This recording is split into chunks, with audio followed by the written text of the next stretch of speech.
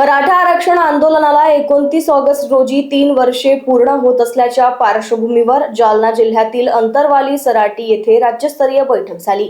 यावेळी मनोज जरांगे पाटील यांनी 28 ऑगस्ट पर्यंत मराठा समाजाच्या प्रमुख मागण्या पूर्ण न झाल्यास 29 ऑगस्ट पासून अंतरवाली सराटी येथे अंतिम आमरण उपोषण सुरू करण्याची घोषणा केली। आंदोलनात सहभागी होण्यासाठी मराठा समाजाने अंतरवाली सराटीत यावे किंवा आपल्या गावात रॅली काढून पाठिंबा द्यावा असे आवाहन त्यांनी केले। तसेच दिल्लीत मराठा समाजाचे अधिवेशन घेणार असल्याचेही त्यांनी जाहीर केले।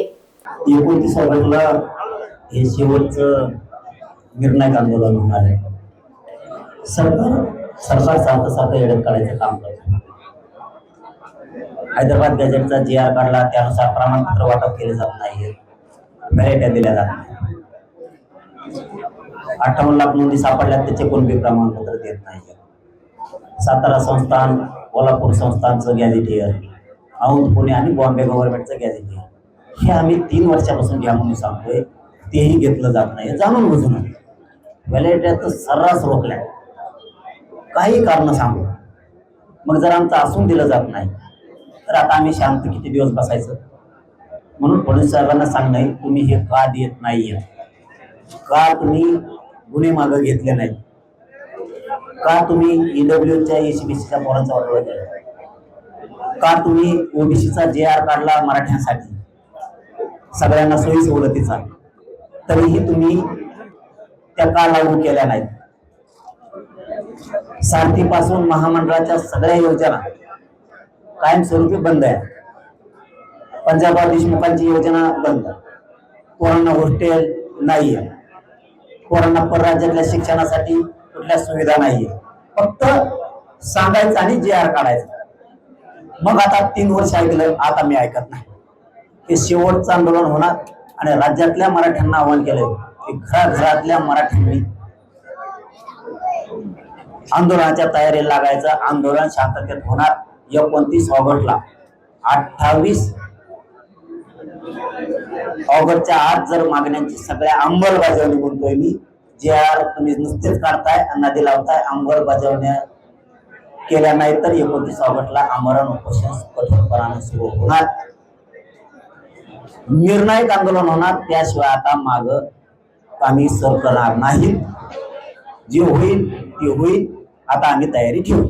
आम्ही आंदोलन सुरू करणार आहे। मराठा समाजाला पण सांगितले, ज्यांचे प्रश्न आहेत, ज्यांचे कुणबी प्रमाणपत्र दिले नाहीत, व्हॅलिडिटी दिल्या, त्यांनी अर्ज घेऊन तयार। बलिदान गेलेल्या कुटुंबापासून केसेस पासूनच्या सगळ्या पोरांना बोलवलंय, EWच्या पोरांना बोलवलंय, MPCच्या पोरांना बोलवलंय।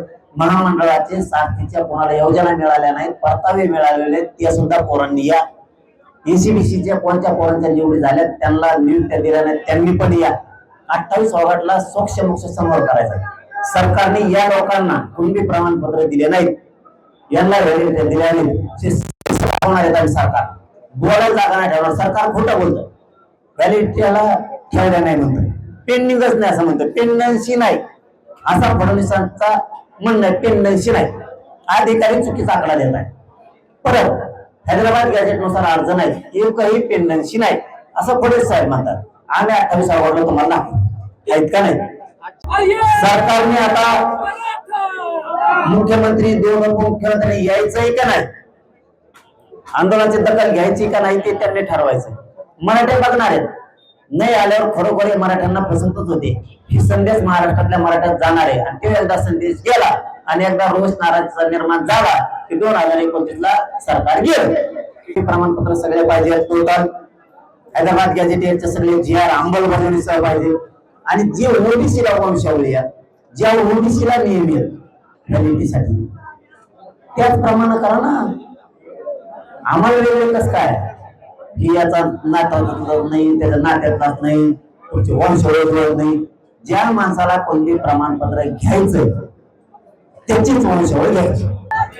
प्रत्येक वेळेस समाजाच्या हितासाठी आम्ही प्रत्येक आता त्यांनी OBCचा GR काढला, हैदराबादचा GR काढला, प्रमाणपत्र काही प्रमाणात वाटप केले, आता लगेच बंद झाले पूर्णपणे। अधिकारी सांगतायत सरकारकडून आम्हाला शासन निर्णय आणि नियमावली दिली नाही,